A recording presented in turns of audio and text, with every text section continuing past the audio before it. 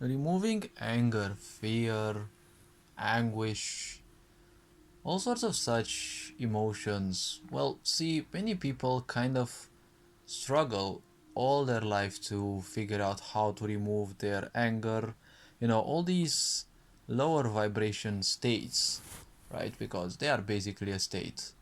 See, in programming, there is something which is called a state machine, or technically, it is like the gearbox of a machine, right? Of a car, of a, well, not sure if planes have that, but cars have that, right? If you're in one of those, you're not in any of those. It is the same with the emotional and the mental part. If you're in anger, well, most likely you're not in happiness or in sadness, most likely. But the point is, these emotions are most likely just a creation. Wouldn't you think so? Because, see, if something happens and you react to it, reaction is nothing else but a survival impulse, right? Um, you want to live well. That is basically everything that is important regarding life, right? You want to live well. All animals, all of us humans seek to live well, right? And if something happens to threaten us, and especially this part of living well, there will always be a certain reactory part within us. When it comes to the emotions, see, emotions are just a guidance system. They tell you how things are within you. If you're angry, obviously something is not right within you. If you're happy, well, most likely certain things are in a certain alignment. It doesn't mean that if you're happy, everything is well. Many people are miserable, but they're also happy because they have gone well adjusted to that, and it's the only thing that they know, right? It's called complacency. But ultimately, we can all relate to one thing in this let's say modern but sick society. See, there is a quote that says never stop dreaming. Now, dreaming is basically needed because if you're in a dream state, you're easy to control, right? Why? Because dreaming is ignorance. Now, all the dreams and the things that you have technically are an aspect of ignorance as long as you are stuck within those. It might sound a bit awkward to most people, but see, when you dream about things, dreaming is nothing but an engine, right? It is a support pillar that you can use for, the action part. Action needs to be done consciously. You can take unconscious action, right? But unconscious action is basically reaction, right? Something happens, you react to it. It's an unconscious aspect. You get scared, well, you react to being scared, right? Or overreact in some cases. You feel anguish, you react towards that, right? You start making resentment. But all of these are nothing else but reactions.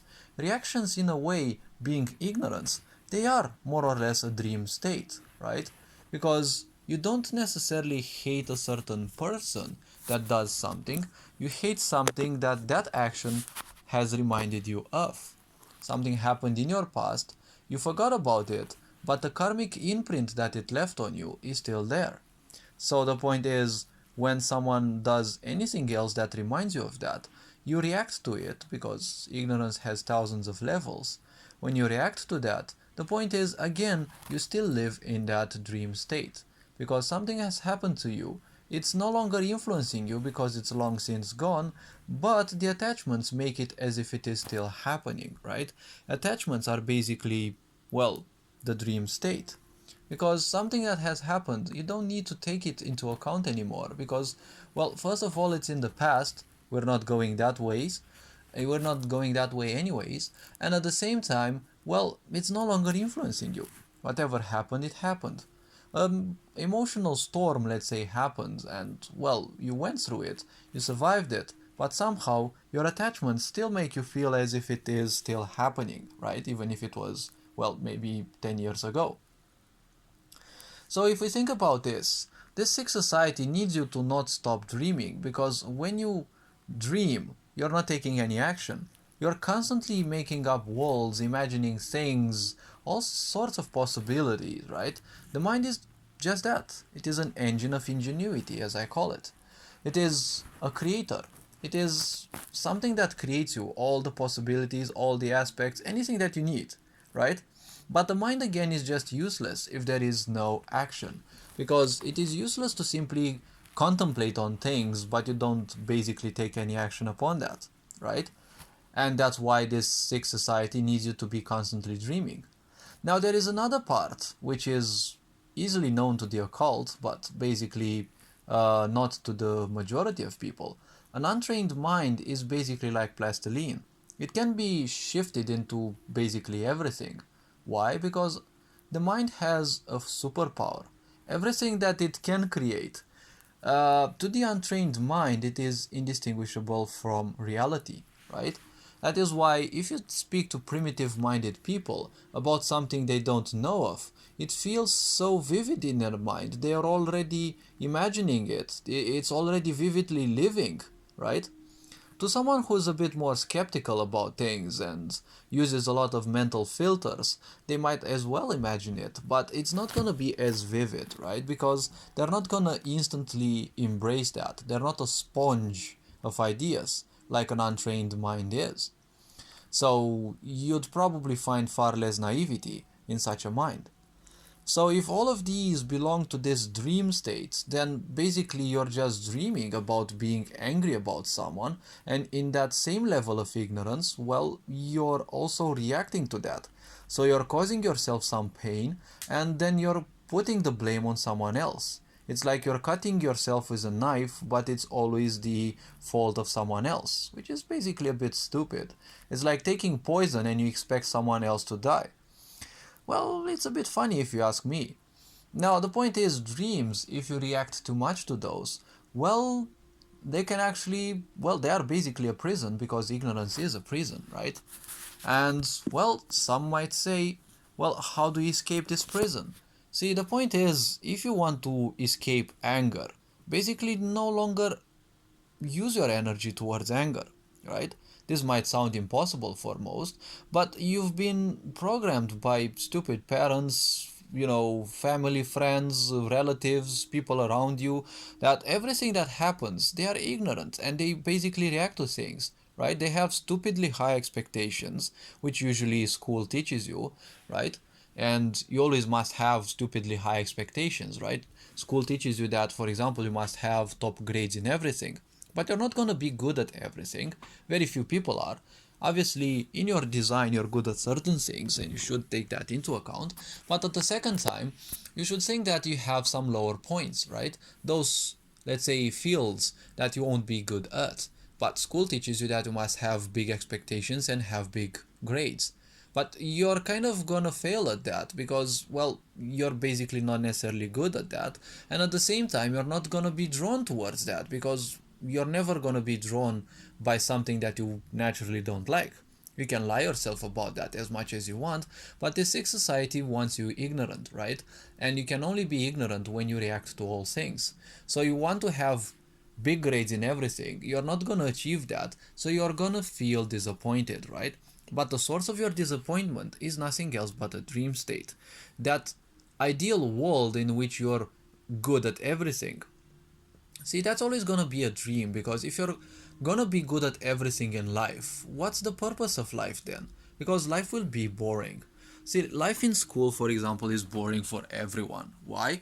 Because if you suck at it, you're always gonna feel disappointed because you want to be good and you're not gonna be good because naturally you're most likely not drawn to anything. School also teaches you to be ignorant. School also teaches you to be, competitive and hate your friends and classmates because they took one extra point compared to you or something like that.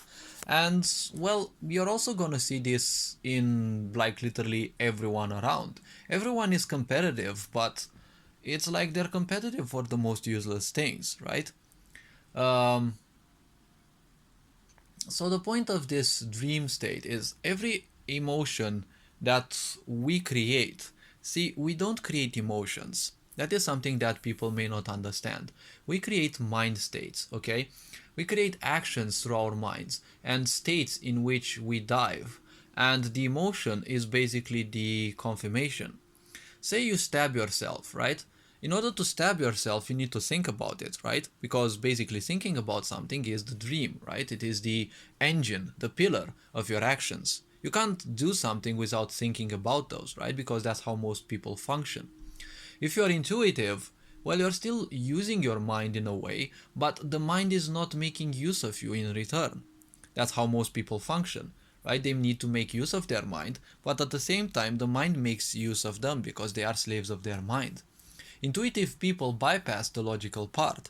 They don't need to waste time with why should I do this? Is it going to work? They just do things. And ultimately, intuition is all about the lesson. See, as I've programmed through 3 years for my projects, I've done things without taking too much logicality into account, and I ended up with some things not working, but the ultimate thing that I understood was that that lesson was important. Okay, I discovered that something was not working as I expected, and I learned how to do it some other ways, and at the same time, in some cases it worked, and I didn't take too much logicality into account. Why you should do like this, seek how other people did it, and so on and so forth. So the dream state is very important, yes, because it is the engine of your design. You can't do things without taking them into your mental level, right? You're not a guru, you're not a sage, someone who has, access to thousands of dimensions beyond the mind.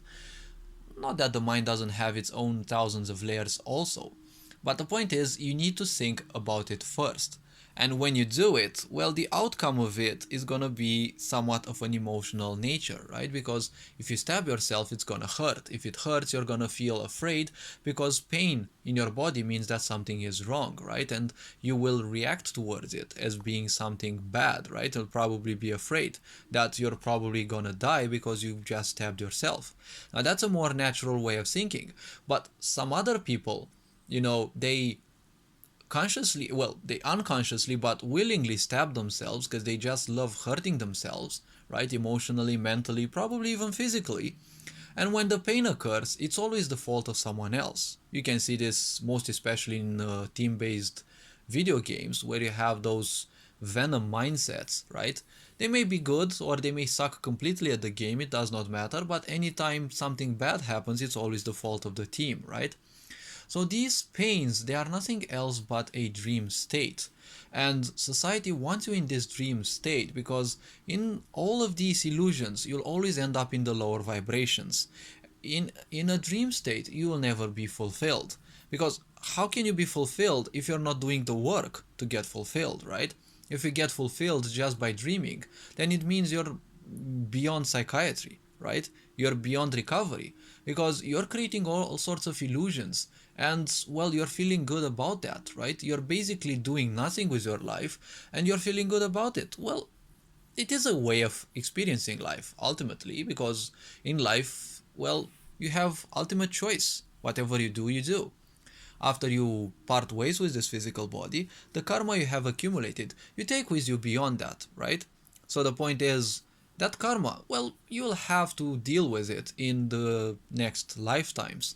But ultimately, you will need to experience all corners of life before you can reach enlightenment, right? And this can be done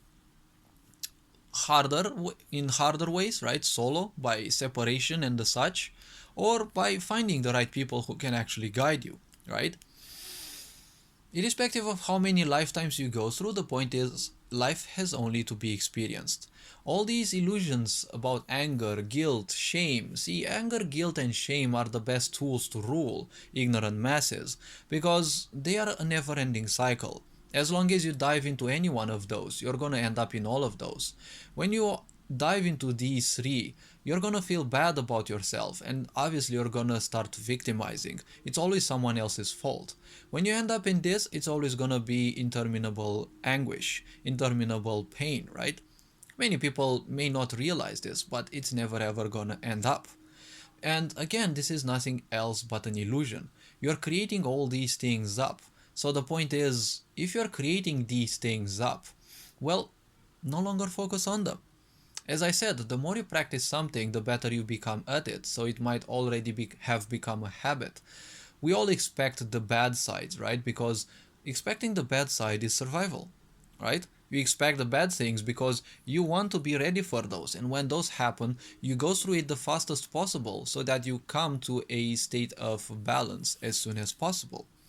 But this is the expectation, right? Expectation is always something A to B.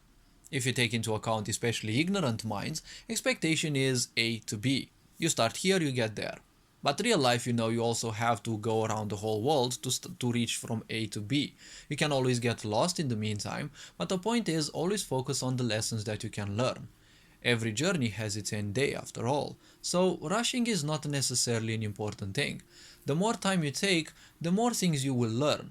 Yes, sure, the more things you will learn regarding one thing, you will learn less things, but you will learn one thing in a more profound way. Never forget that point. I'll never fear someone who has practiced 1,000 moves once, but I'll definitely fear someone who has practiced one single move 1,000 times, right? So if you learn something in a very profound way, that's gonna weigh even better because now it has a profoundly more karmic aspect, right? So it is a far better aspect in your life, and it will also influence you more or less in future lifetimes. If you learn something at superficial levels and you learn dozens of these things, it's not gonna matter much. It's still gonna be a karmic imprint, but it's gonna be to fade, and most likely it's not gonna have any importance anyways. So dreams, see, we are taught to react to literally everything. From school, from childhood, whatever, everything that happens, you have to react to it. If you react to it, you're basically ignorant, right? Now, you're reacting because, I don't know, your parents scolded you, didn't buy you the toy that you wanted, you didn't get a promotion that you wanted. First of all, you don't even know if your expectations of the world are healthy enough. Now, if we are to move further, some people say, well, I feel bad because my spouse is treating me badly. Well, the question is, why are you spending time with them in the first place if they're just hurting you? Well, obviously the answer is because you're still slave to the idea that once you're wedded to someone, you must stay with those forever, right? For the rest of your lifetime, because, well, God will punish you if you simply split up, right? But God doesn't exist. See, the idea of a wedding is that people, if they are ignorant, they will always find bad people, right? And because of peer pressure, and peer pressure means miserable people wanting you to be miserable. There is rarely a peer pressure that, people are happy and they want you to be happy as well. And most of these cases, those people, they are dependent on emotions, right? They are dependent on being happy, so they will do certain things, right? They are not fully awake. They are just wanting to be happy. They are doing things. They are somewhat happy. They want you to be happy, and when you are happy, well, they will feel so as well. But they're more like interested in feeling the emotion, right, of happiness, rather than you truly being so, right? It's not full awakening. It's not full enlightenment where you take things without any sort of attachment. They're still attached to the emotion of feeling well. And this goes to show that they've had a very long series of lifetimes, or even this lifetime was highly represented by a lack of that emotion. When someone overdoes something, it is usually a lack of structure, and also it can be that they need to hide away from certain pains. That's a reason why many people basically overdo things, because they need to hide from certain pains. And again, those pains, you're constantly creating those, right? You're creating those pains.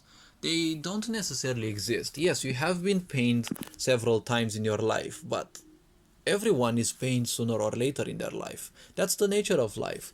Life will always challenge you, because if you don't challenge yourself, you're going to simply embrace a comfort zone, which is basically your death. You're poisoned because your comfort zone is ultimately your poison, right? You get complacent, and then you start complaining about literally everything. Your wife is not understanding you, this and that. See, when you have the masses ignorant, they will always find and karmically react to people, right? If someone wants to be abused, they will fine, they will seek the easier path, right? Because if you become conscious, you're obviously not gonna seek someone who's gonna abuse you, but that needs a lot of time, right? It needs a lot of investment in, reading things about that person, right? Reading their behavior, their patterns, and all sorts of such little research, right? Which takes a long time. If you choose to be ignorant, you're obviously going to be drawn to, well, karmic people. And karmic people means karmic relationships. And karmic relationships always lead you to suffering. And enough suffering until you simply break. And you realize that that path is definitely no longer worth going towards, right? That's how you break out of ignorance. You become pained enough that you are simply sick of being sick, right? So moving further, that's the point of wedding. When you have people join in, karmic relationships, you must also force them to embrace that, right? That's the purpose of religion. And well, that's why I'm saying religion only, boosts ignorance and seeks to keep you more ignorant. It is only a tool for those who are afraid of hell, but hell basically doesn't exist. Hell exists in this world if you simply torture yourself emotionally with all sorts of illusions. And you're torturing yourself with those illusions, and then, well, you're saying that it hurts, right? And it's always someone else's fault, instead of realizing that those are nothing else but your own illusions, right? See, people complain about all sorts of things nowadays, but people in the medieval times and ancient times died in prisons in whole, like, horrible ways, right? They were constantly alone, they didn't have anyone, and they were simply tortured and, tormented to death, and that indeed was because of other people. Those emotions that they felt, the pains that they felt, were definitely real, right? We, in this level of comfort, create all sorts of illusionary pains. We think that they are true because that's the power of the mind. Whatever it creates in such a convincing way that to ignorance, well, they will be indistinguishable from reality.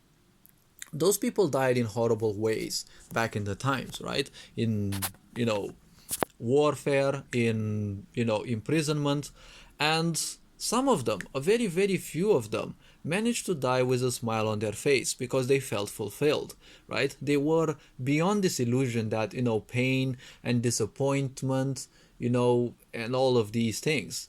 And those people were, in a way, happy, let's say. Even if they were killed, they were in a way happy because at least they knew they weren't living illusions, right? And for example, there was the example of a priest, right? A Christian priest who was sent to prison. I don't remember exactly why, but they were sent to prison, and for 3 weeks they were given poisoned water. And I think that's it. They were just given poisoned water. For some reason, they didn't die in the 3 weeks. And someone asked them, "How is it that you didn't die?" And he said, "Well, I knew of a prayer that if I asked, the poison in the water would simply dispel." Truth or not, well, they didn't die from the poisoned water in 3 weeks. As I'm guessing, well, they got executed anyways, but the point is, if they were powerful enough to use a prayer to, cleanse the water, the point is, they were powerful enough to not give in to the pains and to the illusions of the mind. So the point is, the way you die is also important, because if you die ignorantly, well, that means a certain way of karma, which you will have to deal with in your future lifetimes. But ultimately, all of these are nothing else but illusions. See, these people died in real conditions, right? Their torturing and the such were all real, right? And they were in a prison. People would say being contempt in a prison, well, that's madness, right? Feeling balanced in even in a prison sounds, to most people it sounds as if it is pure madness. But in this comfort zone that this sick society is providing you, you're already living in a prison, and you're already living in hundreds and thousands of illusions, right? But you're not even content, right? You're content with just dreaming and dreaming and dreaming. Why do you think society promotes the American dream? Because you have to be asleep to experience it. Why do you think it says never stop dreaming? Because if you stopped dreaming, you'd take action in your life. Most likely you'd make your life better. So realizing that all of these are nothing but illusions and transcending them means just feeling, balanced in life, seeking to feel balanced in life. How you do this is by simply no longer reacting to things. People will always want to piss you off because they want attention, right? If they piss you off and you react to that, they control you, right? That is the quote: who angers you controls you, right? He who angers you controls you. So the point is, let them do that. You should get accustomed to the fact that miserable people are just gonna be miserable. And that's it. Nothing's gonna change, nothing's gonna break, nothing's gonna be anything different. It's the best that they know. So if they're doing the best they know, basically they are genuine. You're only reacting to that because you expect them to be more than they are. So technically, you're the insane one. Because if someone's doing the best they can, even if it means just being to the detriment of everyone else, well, they are natural, right? They are genuine, you can say. Many people say, well, being genuine means being truthful. They are truthful to themselves. Because if lying and deceit is the only thing they know, well, they are truthful to themselves. And you have a stupid expectation that they would change all of a sudden just because it's you and you shouldn't be hurt, or, it's you and you should be treated like some deity. Well, you're creating all sorts of illusions and you're having expectations that those illusions are respected. But first and foremost, those illusions, well, they don't exist. Secondarily, they're just in your mind. No one else knows them. And, well, that's basically your madness. So enjoy it if you want. But the point is, how about you simply invest in whatever simply makes you feel alright? Because illusions and distractions, they are everywhere in this society. How about you start doing things in life that simply you will enjoy? You will only find these things by trying different things. Try music, try, I don't know, game design, try sports, whatever. You'll find something that simply makes your heart beat. It may take a long time, but once you find it, you'll do it in such a way that distractions and the such will no longer be that important, right? Or you will still have the power to choose whether you will distract yourself from your work just so that you don't overwork. So all this is about how you balance yourself, but ultimately all the pains and the such are nothing but illusions. Hopefully this video was introspective enough. You are appreciated. Take care. Ferinjan Bohr signing out.